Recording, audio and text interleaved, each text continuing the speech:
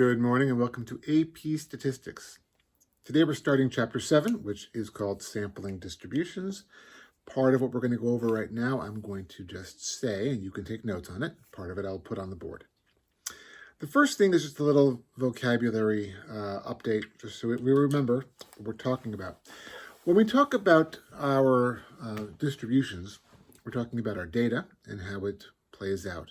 Now, when our data is describing a population, we call it a parameter. When our data describes a sample, we call it a statistic. And the differences will become numerically significant at a later date. But right now, just remember what the words apply to. Population parameter, sample statistic. It's alliterative, if nothing else. Now, most of what we've done so far involves knowing the shape of the distribution, knowing that it's normally distributed, or having good confidence that it's normally distributed. And that lets us use things like the normal probability laws and rules and functions. But not everything's always normal. Now, we had other ways for finding probabilities, but it's not always as perfect as when things are normal. So what do we do when something is not normal? For instance, if you roll a die, there are only so many outcomes, right? You can get a 1, a 2, a 3, a 4, a 5, or a 6. And if I wanted to make a graph out of this, and my vertical axis is the probability, well, everything here has a probability of 1/6, right? So there's your 1, your 2, your 3, your 4, your 5, and your 6. Everything has probability of 1/6, 16 2/3%. What do we call the shape of that curve? Well, I know it's not really a curve, but we call it a curve anyway. It's even, it's uniform, it's rectangular. It's certainly not normal. But what if we wanted to try to maybe change its shape? Rather than just rolling one time, let's change the rules. I'm going to roll the die twice, and I'm going to graph the average score. So if I roll a 1 and a 1, the average is still a 1. But if I roll, let's say, a 1 and a 3, the average is a 2. Or if I roll a 5 and a 6, it's a 5.5. Obviously, there are certainly options here. So what are they? Well, when you roll 2 dice, there are only so many different outcomes you could find. Here's an easy way to figure out what that would be. 1, 2, 3, 4, 5, and 6 are the outcomes on one die. 1, 2, 3, 4, 5, and 6 are the outcomes on the other die. What I want to do is make a quick table of the mean roll. All right, so we're doing mean roll, not sum. I know we did sum before. It's mean roll. So a 1 and a 1 averages out to a 1. A 1 and a 2 is 1.5. A 1 and a 3.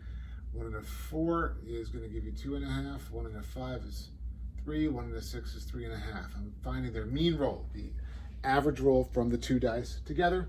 And we continue again. A 1 and a 2 is 1.5. 2 and a 2 is a 2. 2.5, 3. 3.5, 4. Continue. A 3 and a 1 averages out to a 2. And we keep going. 2.5, 3. 3.5, 4. 4.5. As you can probably tell, each time it's going up by a half.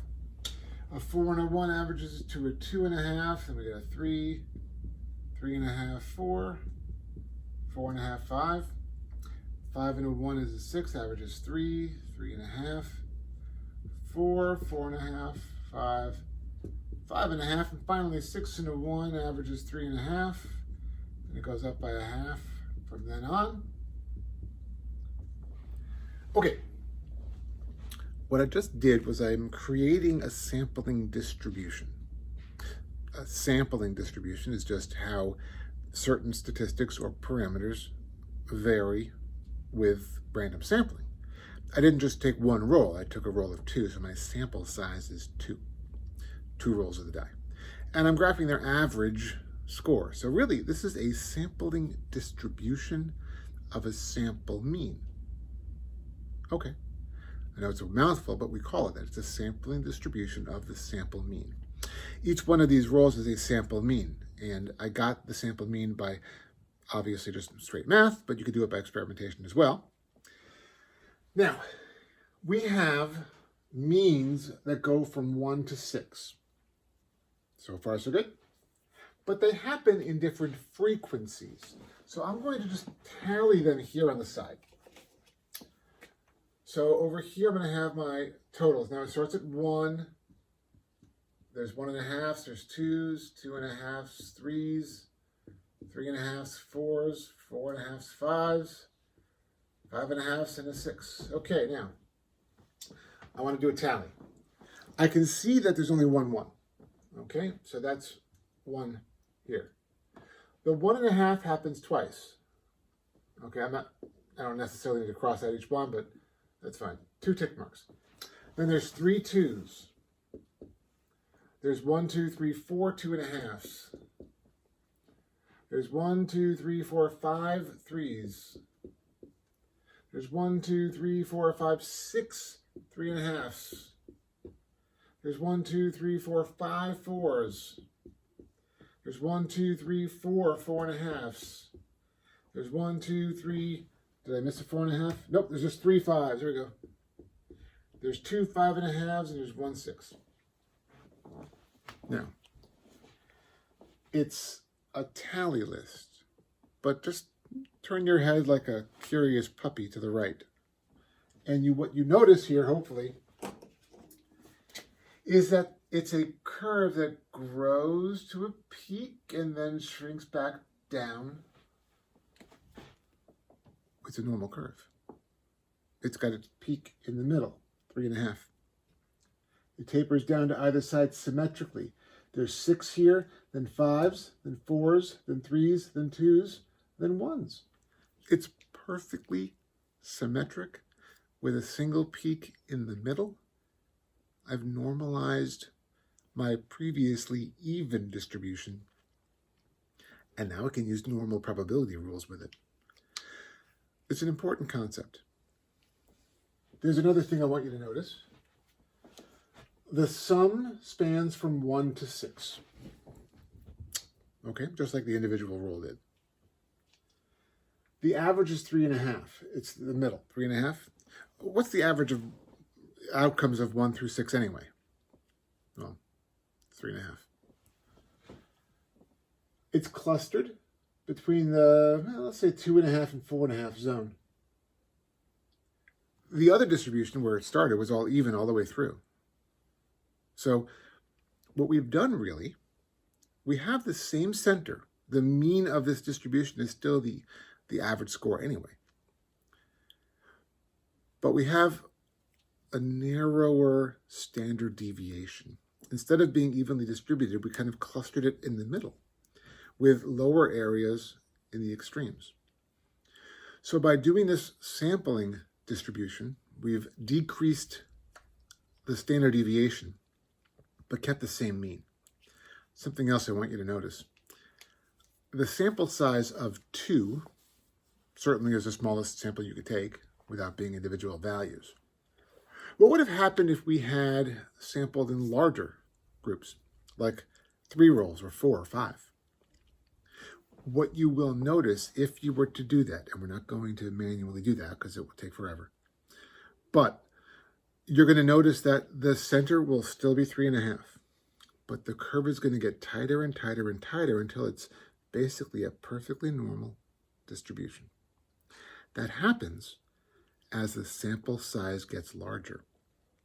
A sampling of 2 did normalize the curve, but if we sampled in larger sample groups, we would have found an ever narrowing and more normal distribution.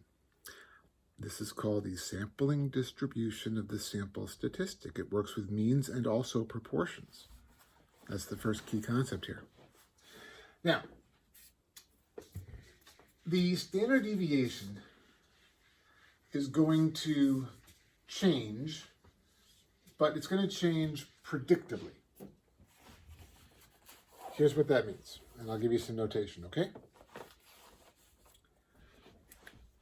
If I take the sampling distribution of the sample mean, we say mu sub x bar. That's telling you it's the average of all of the sample means. So it's the sample distribution of the sample mean. The mean is going to still be in the middle of where it was supposed to be in the first place.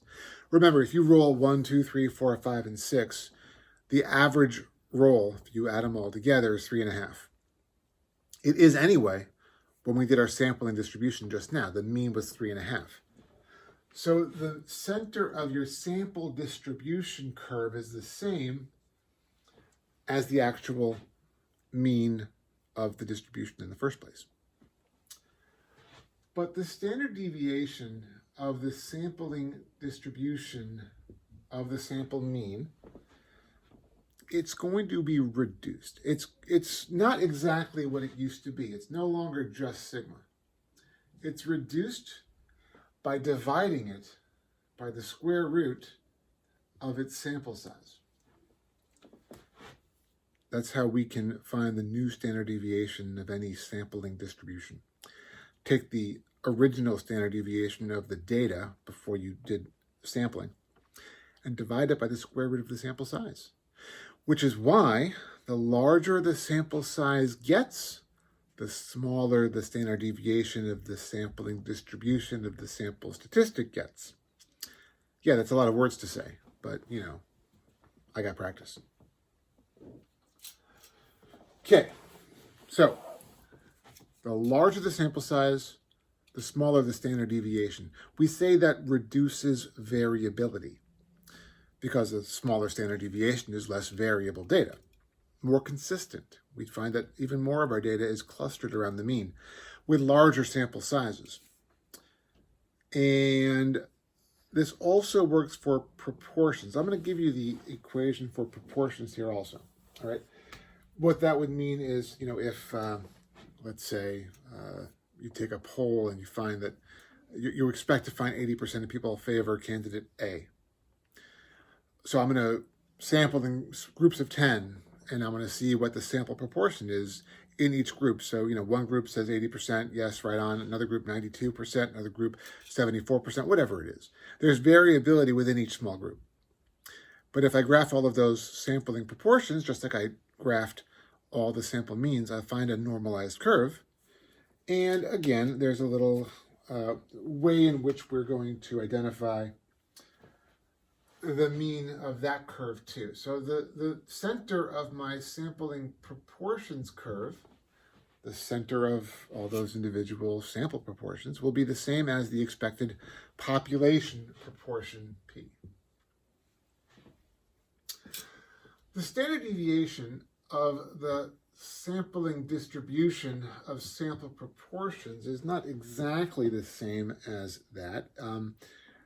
You remember in a binomial distribution, the standard deviation is the square root of n times p times q. We just did that. I'm going to tell you what it is here. We'll explain it later, but it's the square root of p times q over n. Success times failure over the sample size, all under the square root. There are some conditions that we have to verify, though, okay? For proportions, remember that there's always rules that tell us when we can and cannot do something. Our sample size has to be large enough so that, I'll write a condition over here. In order for this to work, n times p and also n times q must both be at least 10. What that means is I have to expect to see at least 10 yeses and at least 10 nos. So my sample size obviously needs to be at least 20. Bigger the better. Okay.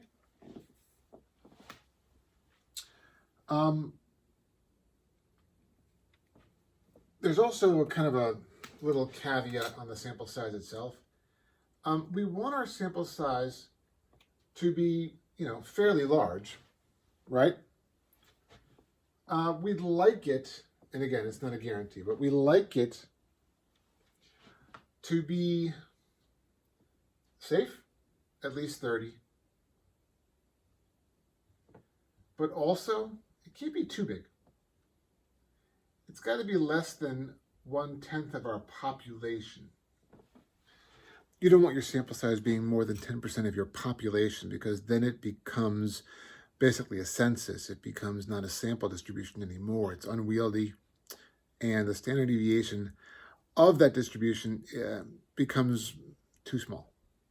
It's just a very, very narrow line. It becomes less useful. So there are some rules there for proportions. Similarly, there are some rules for means. So here's a quick condition for the means.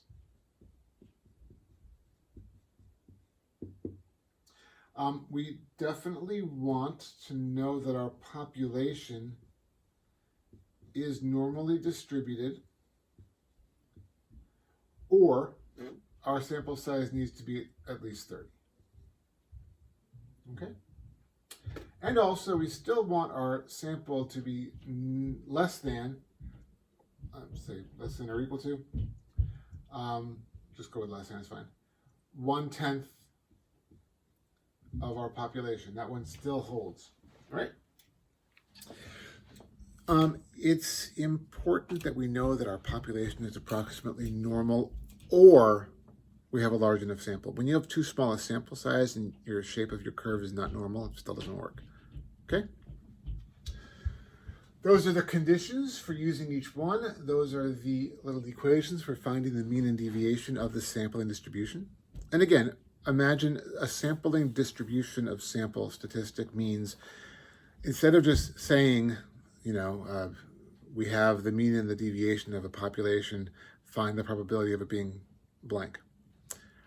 We're going to add to it the condition that we are sampling within that distribution. I'm not just taking one random individual out. I'm taking a group of 12 out. N equals 12. What's the probability that the group of 12's average is between this value or that?